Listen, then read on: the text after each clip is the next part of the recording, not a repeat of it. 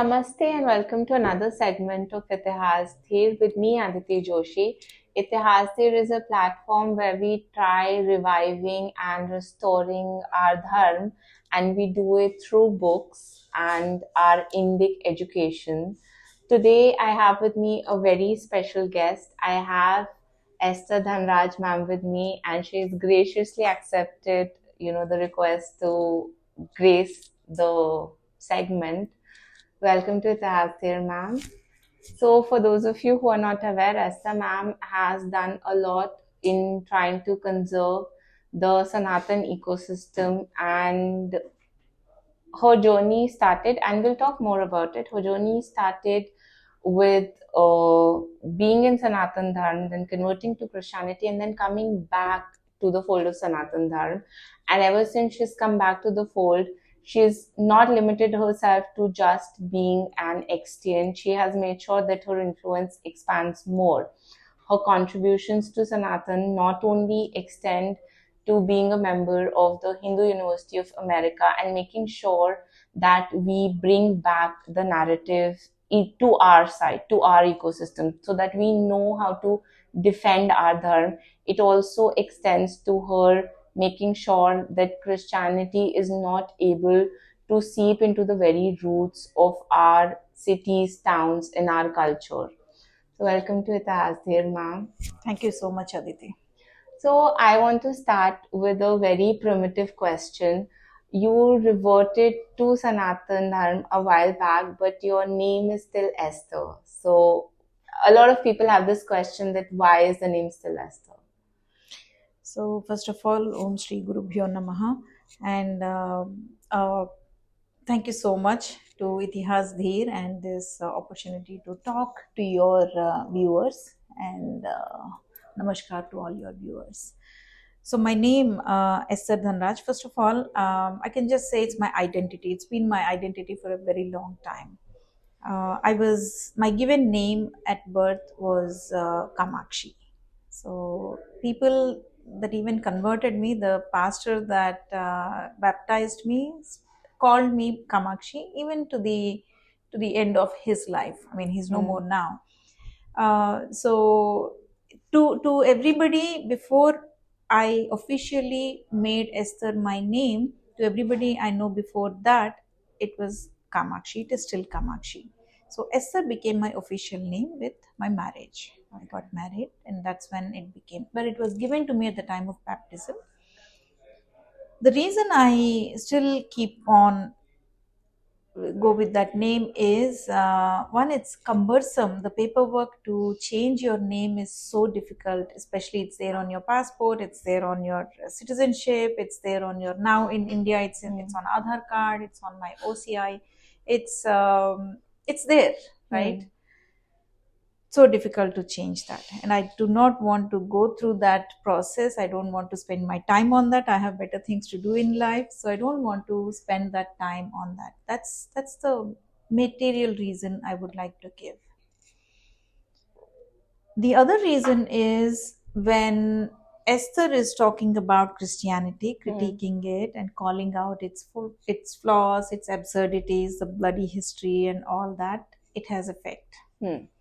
And when Kamakshi says it's fascism, it's intolerance, it's Hindutva, it's sold to RSS and all that. So that's not the actual truth.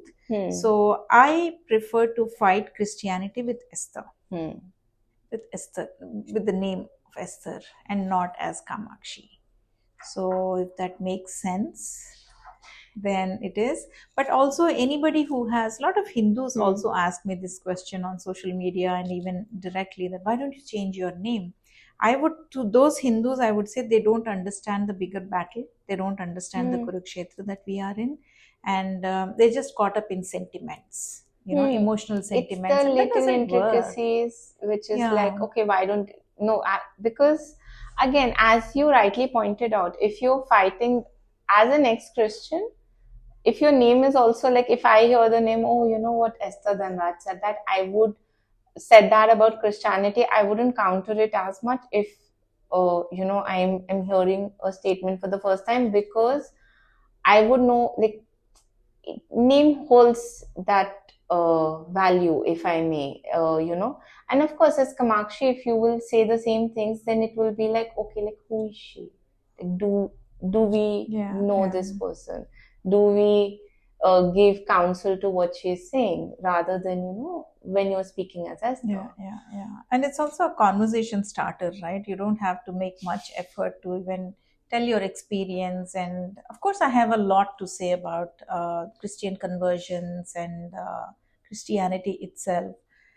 And with Kamakshi, nobody would even have a doubt, But with Esther, in the Hindu ecosystem, that is definitely a conversation starter. Yes. So I want to keep it that way because I know the fight that I'm fighting is very, very big.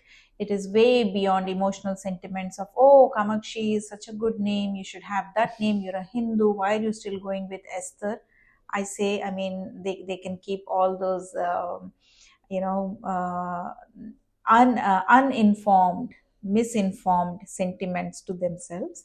And I'm proud of my name. Esther is also my identity. And there is so much trauma attached to Esther. And I refuse to forget that trauma. So I want to wear that trauma. And that is what gives me the motivation to fight the fight that I'm fighting. So you come from a Telugu Hindu family. What was life like before conversion? I was about 12 or 13 years of age when I got exposed to Christianity, when my family got exposed to Christianity. And I don't remember much of Hinduism that I was given to practice, other than celebrating Diwali and new clothes. Festivals meant new clothes, tons of food, and not having to go to school, not having to reopen the books, not do homework, no assignments, nothing. So festival was just that, and Hinduism was just festivals for me. That's all I remember. But when it comes to the philosophy of why we do the things we do, like in terms of puja, yeah, wake up in the morning, fold your blanket, and keep your surroundings clean, those things we used to follow as a Sanatan lifestyle, but never understood why we should do it. We did it because our mother told to do it. Mother was a strict disciplinarian. She told us to do it, so we did it. Why did my mother do it? Because her mother made her do it. Why did my grandmother do it? Because she was told to do it. So, except other than we have to do because we've been told to do, except other than that, I didn't know what Hindu philosophy was. So, if you were to answer your question, what was Hinduism for you? Hinduism for me would be what crackers to what fireworks to buy during Diwali, what colors I would play during Holi. That's personal. My Hinduism for me. But actual household Hinduism in my household was my father was a Gayatri Upasak. Okay, every day in the morning at 4, he would get up and he would do his Gayatri puja. And mother was in a fast vrat every day of the week. Probably Sunday she gave herself a holiday from the vrat fasting and all that. But every day she was in some deity she used to commit her vratam to. Sister also was a Santoshima Bhakt, and the grandmother was, of course, there. And the conversations around the table were always Puranic, about Purana stories. And my brother, we used to argue or our abuses at each other would be Shurpanaka, ऐसे क्यों कर रही है, like a Shurpanaka, why are you acting like one? Or I used to call him, my brother was he had a physical disability, and I used to call him Ashtavakra Mahamuni जैसे चल रहे हो, पता है तुमको? So we didn't even know who we were talking about, but these characters were part of our conversations. And तो बड़ा रावण है, या मैं लंका जला दूंगा आज, मतलब घर में किसी को चैन से बैठने नहीं दूंगा, मैं तो आज लंका जलाने वाला हूँ.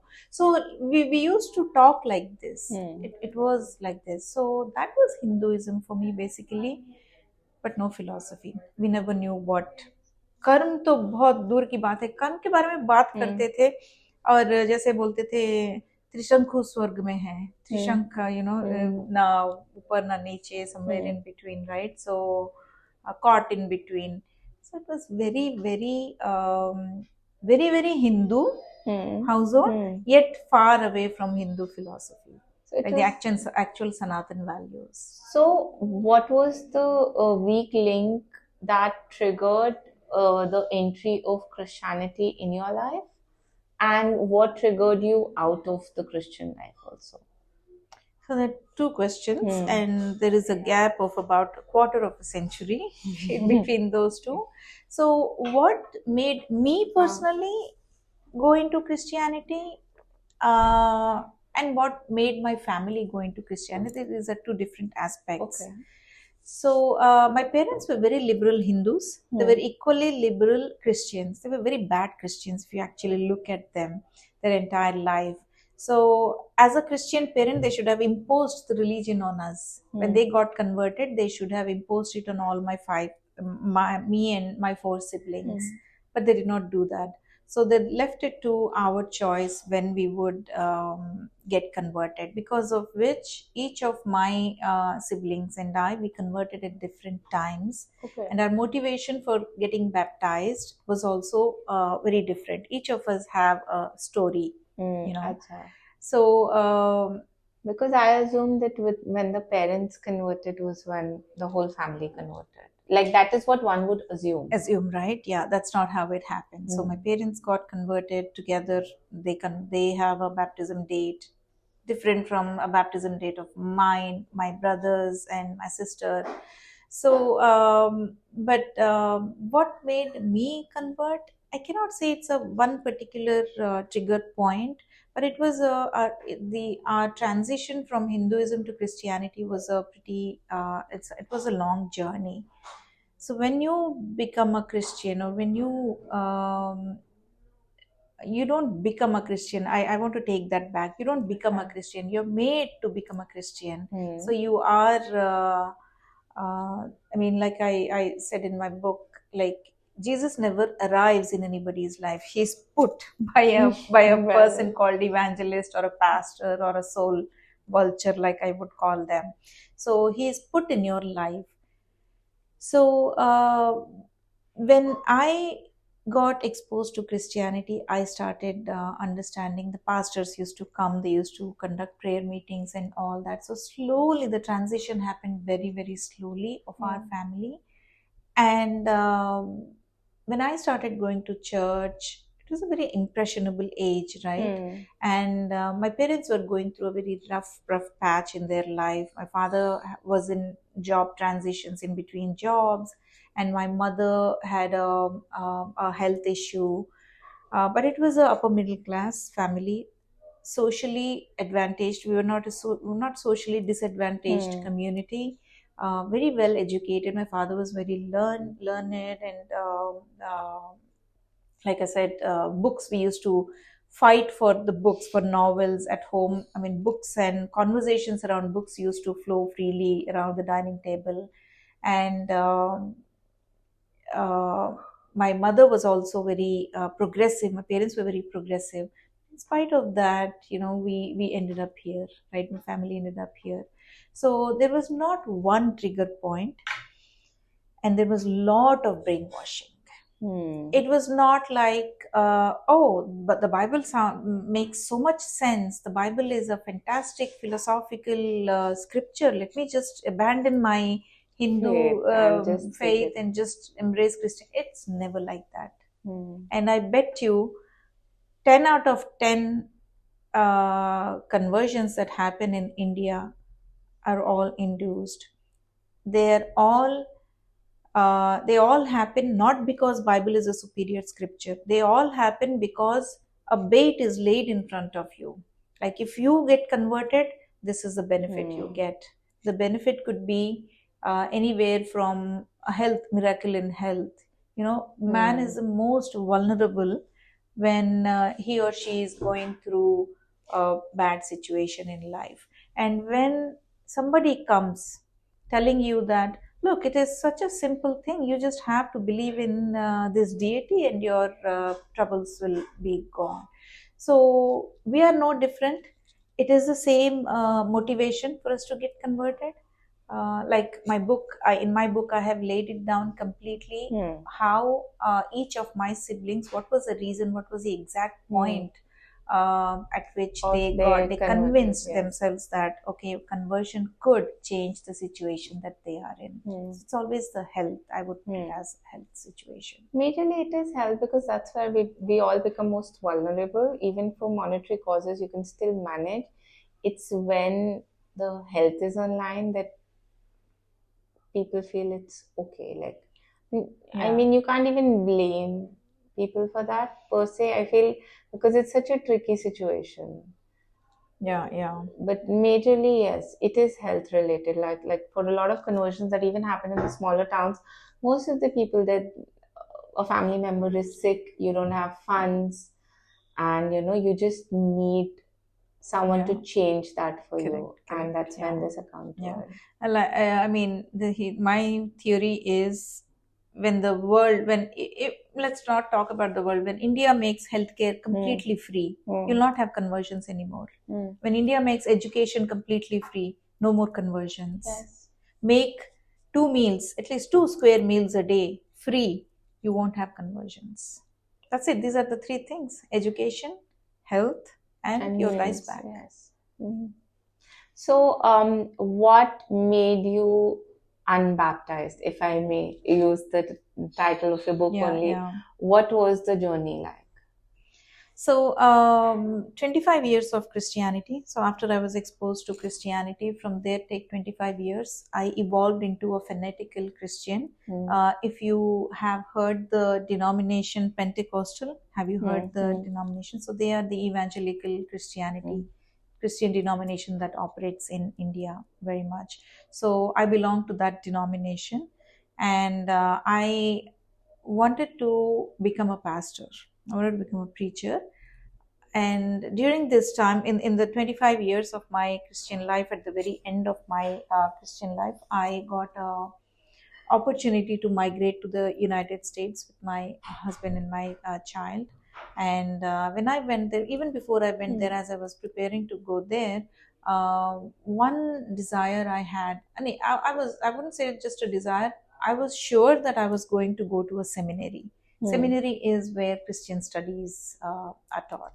So pastors are Hmm. churned out of seminaries. So I wanted to become a preacher. And what was the intention behind becoming a preacher? I had to come back to India at some point and save India from idol worshipping. Because apparently India Hmm. was damned to hell because Hmm. of its idol worship. And I had to save India from idol worship. So with that intention, I went into a seminary, and in the seminary also I took apologetics Okay. course. Hmm. Apologetics is the defense of Christianity against criticism. So Hmm. within the umbrella, under the umbrella of Christian studies, there is a discipline called apologetics, which has framed arguments against the criticisms that Christianity has faced. And just to put it on record, Christianity has been facing criticism from the very first century of its existence. Even in the very century where the theory of Jesus Hmm. was floated, Hmm. even in that century, his historicity was questioned. Hmm. But that's a talk for another day, probably. So, to answer your question, I went into the Hmm. seminary to become a preacher. Hmm. And as soon as I went in there, for the first time, I was given to look at my faith through an academic lens. Hmm. And 25 years before that, I was looking at my faith through the lens that the pastor handed me, Okay. right? Yes. Through the faith lens. Even though I would read the Bible cover to cover every year, some years three times a year, I still did not discover the Hmm. things I discovered when I went into a seminary to look at the same Bible from a student's perspective, from a scholarly and academic perspective.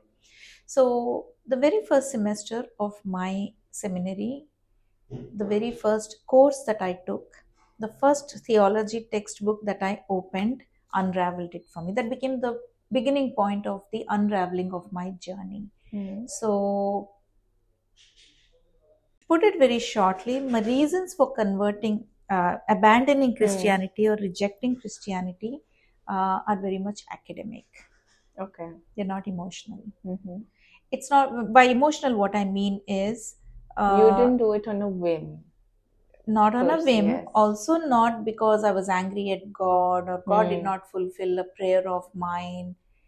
If emotions were the reason, I should have quit Christianity when I lost my brother. I lost my brother when he was 22, 23 years of age. A great age, right? And I was just a year apart, very, very close. We were very close. And I was devastated when I lost him. I did everything, but also justified God that it was a good thing that our family was, deprived. I was deprived. I'm deprived now of brotherly love. So I justified even that. So if emotions were the reason for me to quit Christianity, like many Christians claimed when I first came out with my story, oh, she's just angry with God. Even my own brother said that on a public platform, that she's just angry with God, she'll be back. She's such a devoted Christian to just quit Christianity and go away like that. So a Christian cannot think beyond emotions. So for somebody to say that, oh, she quit Christianity because she didn't find truth in the Bible, they cannot It's a digest hard pill that. to swallow. Yes, yes. So my reasons for quitting Christianity are academic. Like I would put the seminary stole my faith. The very seminary, the educational institution, which was supposed to strengthen my faith and make me into a strong voice in defense of Christianity, actually ended up stealing my faith. So the reasons for quitting Christianity are, I would say, are academic. Okay. And what made you write this book now? Firstly, what made you write this book and why now? Like, what was there that you were like, no, like, I need, like, because you've talked about your journey on various platforms. Okay, so at least there are like fragments of it out there. But again, this, since I've read it cover to cover, this is a very personal story. This unravels everything, like, the questions people have, and everything you can think under the roof of what makes Esther Dhanraj the Esther Dhanraj that we know. It covers those topics. So why was it so important for you to write this book and put it out now? So, first of all, I never thought I'll even tell my story on a public platform. I'm a very private person, used to be at least. I'm a very, not a very camera friendly person, also, I'm a shy person. So, used to be again. I did not intend to tell my story on a public platform. I just quit Christianity.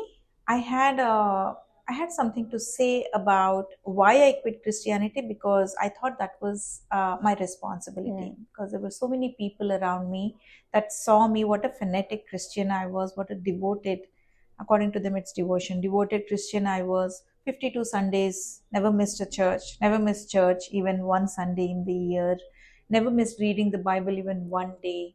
And I was called the prayer warrior. And for somebody like that to quit Christianity wasn't I mean, they wouldn't, nobody could wrap their head around that fact. So I felt a natural responsibility I owed them to tell why I quit Christianity. That was the only story I ever wanted to tell. But then again, why I came with full force onto the public platform is something I want readers to, an audience to understand from my book. That's a whole different story. But this book, when I first came to the public platform, a lot of people suggested I should write a book, this into story, because we talk a lot about Islam. We know how Islam operates, but we just don't know how Christianity operates, because Christianity has always worn the mask of love, compassion, service, hospitality, and all that, right? Healthcare, and all that. So we don't equate Christianity with something like sinistral, Hmm. or oh, they're out to get us, or they're out to grab our land. So Islam has not shied away from saying it. We Yes. know Islam's agenda, Hmm. but we don't know how Christianity operates. I feel it's also a lot to do with the narrative of romanticism that is around Christianity, vis-a-vis when it comes to, cathedrals and or churches, and how we talk about the saints. Christianity is put out as a very cool religion, if I may put it like that, and that is what appeals to a lot of youngsters. Wearing a big cross has become a fashion Cool, yeah, statement. yeah, It's yeah. Going it's to the hip church, thing. yeah, yeah. So it has a very good PR agency which markets it very well, and with when it comes to Islam, you know what is happening because you get to see the consequences. With Christianity, it is so masked that a lot of people feel that it is harmless. They feel like, okay, we're at one with it, and they don't understand that when you have your Sunday masses, like what happens there. How when you're saying that love thy neighbor, it is a very specific neighbor that you're supposed to love. Correct, It correct. doesn't extend to everyone, which is where I feel, and I would want your opinion also on this, on the topic of Shatru Bodh, which the Hindus need to pick up vis-a-vis who their friends are, who their enemies are, how they should be operating themselves as a single unit. Because the Hindu diaspora, at least that's my analysis or my personal view of it, is very fragmented. Like they are supposed to be united, Hmm. and they appear to be united, but it's also fragmented, and that is the reality of it, like regardless of whether we like it or not. Right, right. So we'll come to Shatrubodh in just a bit. I began answering the question why I started writing, Hmm. why I wrote this book Hmm. now. So after I started talking about my story, my journey on public platform, I've had a lot of requests to write the book. So I Hmm. did write a book and finished it in 2014 itself, even before people asked Hmm. me. But at that point, of course, the story was told in a very different way at that point. I didn't have the exposure to Hinduism or Sanatan values at that point because I was still in the seminary. I Hmm. still didn't complete my coursework, which I completed it in 2015. Okay. So 2014, I did write a book and approached some publishers, but nobody was willing to take the story. Nobody was willing to. They said, "That's too controversial for India. Hmm. What are you even saying? What are you even talking about?" So that kind of atmosphere was not there in 2014. And Hmm. then we know how it changed Hmm. and all that. But I said a lot of my story on a lot of different platforms in three languages: Hindi, English, and Telugu. Hmm. But my story has been said in fragments, Hmm. right? Every platform has its own timing, Hmm. and we know the attention span of people. So no YouTuber wants to actually put any talk beyond what 20-40 minutes at the most. Hmm. So my story is not so small. It's 25 years of Christianity and the pre Hmm. Christianity, followed by about 6 years of exploration, Excellent. and then the last 5 years of my public life. Hmm. Right? That's Hmm. a huge life. So, to say that in one show wouldn't do any justice to the story itself and justice to the people that are hearing it. So, I thought, the story deserves permanency, Hmm. and permanency comes only through a book, Hmm. and which is why I thought I should say it in the form of a book. But also, that permanency was what held me back from publishing it. I finished it maybe in 2022, this Okay. version of the Hmm. story Hmm. in 2022, but I held on to it because I wasn't sure, do I want to say it? Because I'm not only telling the story of my own conversion, It's I'm your telling the family story of also. 6 others, my Hmm. 2 parents and my 4 siblings. Hmm. So, do I even have the right to talk about their personal lives? So, I went back and forth with it a lot, and it was a struggle. But the reason I told it is there are 7 conversion stories in my story, right, in my book. Pretty much every conversion that happens in India, uh, my these 7 are a prototype to all the conversions that happened and will happen in India. There won't be another 8th story, I would bet you. So they will fall somewhere in these categories: the reasons, the motivations, the journey into from of a Hindu into Christianity. So it was very important to talk about this, especially because the rate at which, the speed at which our states, towns, cities are getting converted to Christianity. Yes. So I had to tell this story no matter how public it was, how private it was, and knowing well that now, in a permanent fashion, I will be putting my own story, my siblings, who I love greatly. I mean, maybe our version of truth has differed, but I'm putting their lives also to public scrutiny. And I'm also talking about the people that are no more there to defend themselves. My parents, they're not there anymore. So it is an internal battle. But I also know this conversation is important. If Esther doesn't talk about it, I know nobody else can talk about it. True. Because the insider's perspective, I think today, from the dharmic perspective also, I think I'm the only person who's uniquely positioned, and I take that to be a privilege, and I'm humbled by that responsibility. But the day there are 10 other Esthers, I will retire gladly. And coming to the point of Shatrubodh, how do we need to cultivate it? So, when I first started this journey in the public space, and I think I was the first one who questioned the historicity of Jesus. I was like, Jesus, there is a probability that Jesus never existed. You know, uh, there is no way of telling whether he existed or not. Because there is no evidence. There is no evidence outside of the 4 books in the Bible, the 4 Gospels. So people asked me, oh, so what is the guarantee that Ram existed or Krishna existed? I said, I never said they existed, first of all. But so far, what Hindus do is when somebody pushes them back like that, okay, they say, no, you have to read the right sources. We get defensive immediately. आपने क्या पढ़ा है द्वारका में देखा है there is evidence for Dwarka, the whole submerged town, city. So we immediately get defensive, and जिस question से हमने शुरू किया है कि जीसस हो ही नहीं सकते हैं, जीसस का कोई प्रमाण ही नहीं है, वो भूल ही जाते हैं, उसको वहां पे रखते हैं. The moment the Christian attacks you with what about the historicity of your deities, we immediately get defensive. So I offered another perspective saying that ठीक है भाई, आज अगर आप ये प्रूव भी कर दो कि राम नहीं है, कृष्ण नहीं है, तब भी सनातन टिकेगा. But can you say the same thing about Jesus? I'm willing to take it. ठीक है, हम अभी एक्सप्लोर कर रहे हैं, हमारी बहुत पुरानी है, हम we are still exploring. So let's say for argument's sake that Ram never existed, but still Sanatan will stand.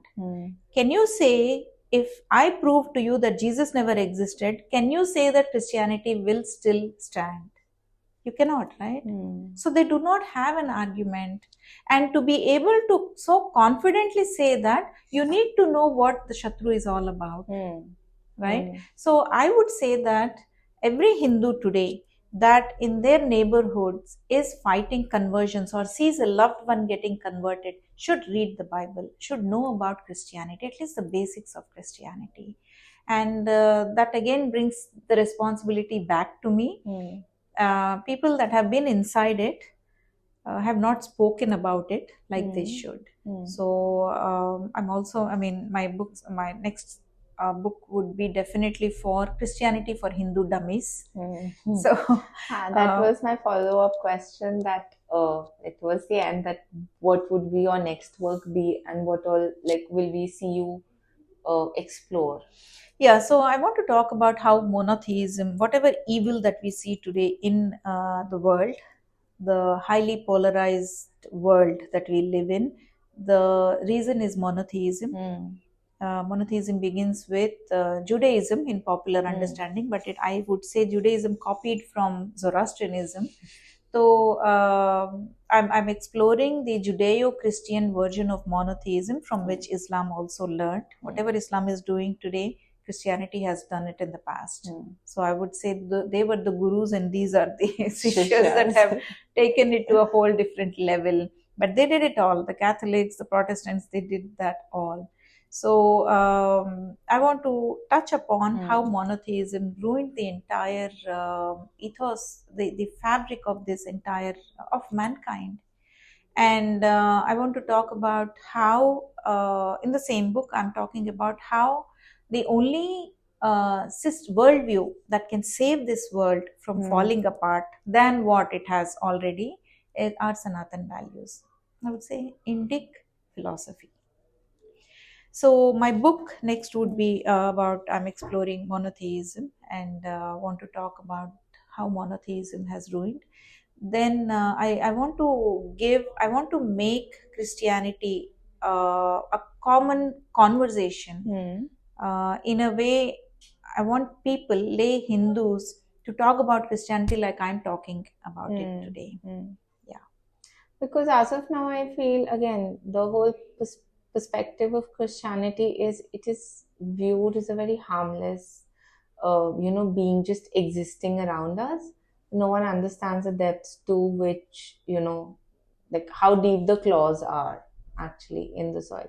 And coming from that, I wanted to ask you, like you've had a life, you were one of your own kind who stood up not only against Christianity post reverting to Sanatan, when you started your whole journey of exposing Christianity, of course, you were put through a lot of public scrutiny. How did you deal with all of that? Because there was a lot. Again, because there was this whole lobby of Christians, and they were vile when it came to, defending themselves and attacking you. So, how did you deal with that? So, yeah, there have been, they're not as fanatics as the Islamists are. I think ex Muslims have a bigger threat than ex Christians do. At least they won't kill you. That much I'm sure of. So, they. They defamed me, they demonized me, they still do. And they call me what, Satan, possessed by Satan, tempted by Satan. And I would immediately, whenever I read a comment like that, I would go back to my mirror and see from which angle I look like Satan. By the way, Satan is a very handsome person, no? In my mind. Because they equate good music with Satan, good pop music with Satan. They equate pleasure with Satan. Satan is supposed to be such a flamboyant person, right? So who wouldn't like to be in his company? But jokes apart, they call me all the negative characters in the Bible, not knowing what they even mean, you know. So I don't want to get into the technical aspects of that for your readers. I know for your audience, viewers. But I have described in my book all the negative characters that they named me are actually wonderful people in the Bible. They are very good people in the Bible, trying to do what Christians themselves are trying to do today, which is defend their own faith. So there's a character called Jezebel. Okay, Jezebel is supposed to be satanic, and which kind of person, very vile person, according to Christians today. The Bible also portrays her like that. But what was she doing? Why is she vile? Because she was trying to defend her own Jewish values, and she fought for it.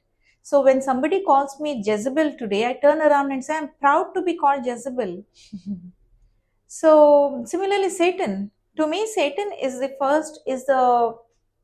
if you go by Genesis story, he was the first person who told nature's first truth.